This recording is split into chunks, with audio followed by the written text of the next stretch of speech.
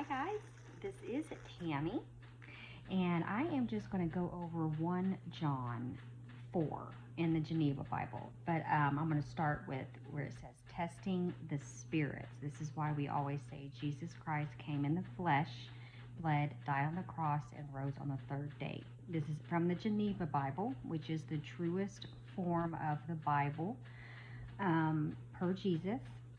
And also, I actually found that out before I even started watching Mandy. I know I've said that before.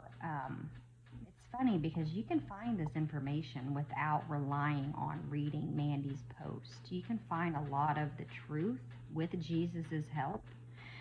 And luckily I did when I went down a ton of rabbit holes. Then I saw Mandy, and then of course I prayed and prayed and prayed on it. But that's how it resonated with me. You know what I'm saying? I knew something was there, but I had to have God, I had to have Jesus' assistance to show me if this was true or not. Okay? It says, testing the spirits. Dearly beloved, believe not every spirit, but try the spirits whether they are of God, for many false prophets are gone out into this world. Hereby shall ye know the Spirit of God. Every spirit which confesseth that Jesus Christ is come in the flesh is of God. And every spirit that confesseth not that Jesus Christ is come in the flesh is not of God. But this is the spirit of the Antichrist, of whom ye have heard how that he should come, and now already he is in this world. Okay? We always say to take it to Jesus, and we always say to test the spirits, don't we? And a cult leader wouldn't tell you to do that, would they? No. So we do not worship Mandy. We have said that, all of us have said that. So that is null and void about people who keep saying that we worship Mandy. Mandy is a messenger for Jesus. A messenger. Wouldn't you want Jesus to have someone to tell us what's coming, to tell us what the truth is, just like he did back in the day? So that's all it is. That's all it is. So this was posted on Mandy's page on 5/15/2026 on her YouTube. It's pre-introductory phase, second phase, part 19. God's physical calendar is 1/11. God's spiritual calendar is 7/11. God's true Gregorian is 11/30. Behind the assimilation and God's true simulation from heaven. This was given to Mandy by Yeshua on 6/7/2025, and more was added on 5/15/26. Here we go. You see, love and grace, that is God's true character. He cares about every creation, and that is why he is not the one that was behind sacrificing all of the animals on the altar. You see, that was the mockery because the false father knew how much God cared about his creations, and you guys are going to learn a lot more about that when it is time to talk about how the 10 Commandments have a curse attached to them that stemmed from the original guidelines. Thus saith the Lord of hosts, the God of Israel, put your burnt offerings onto your sacrifices and eat the flesh. For I spake not unto your fathers, nor commanded them, when I brought them out of the land of Egypt, concerning burnt offerings and sacrifices. That was Jeremiah 7:21-22 in the Geneva. You see, not all things appear to be copacetic. Can't pronounce the word. Things have been mistranslated. Things have been covered up and designed that way, setting you all up for what's to come, to show you the end time plan of it all. His true design through the true outline of what's to come, through Jesus' true fundamental principles. So it is time to start listening to the true Father from heaven, not the false father, who is the enemy setting you all up, leading you all to your demise as you are listening to the squalling of the enemy, leading you all to condemn your neighbor. Do you not get it yet? The entire assimilation is a facade, a setup through God's true simulation that he formed inside the heavens. It is all bringing in a new glimpse of what the future outcome will be when you face the beguilement in the garden.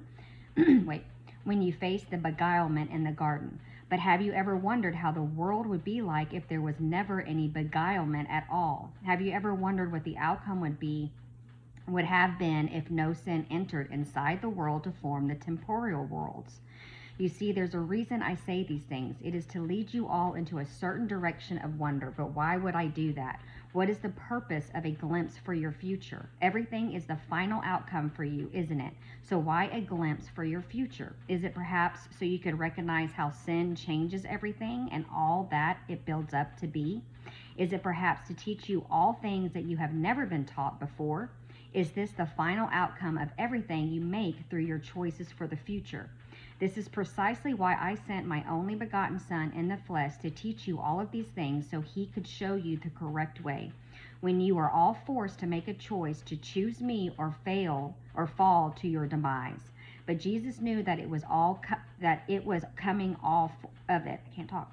But Jesus knew that it was coming all of it, and he allowed every single thing that you see. He allowed it all to bring in the true evil as I, Yeshua HaMashiach, merge the worlds together, playing the ultimate characters of good versus evil through the simulation of technology formed into the final transformation of the best portal of information through the battle of the races as Mario and Luigi take their final course. And then it says, Jesus is funny.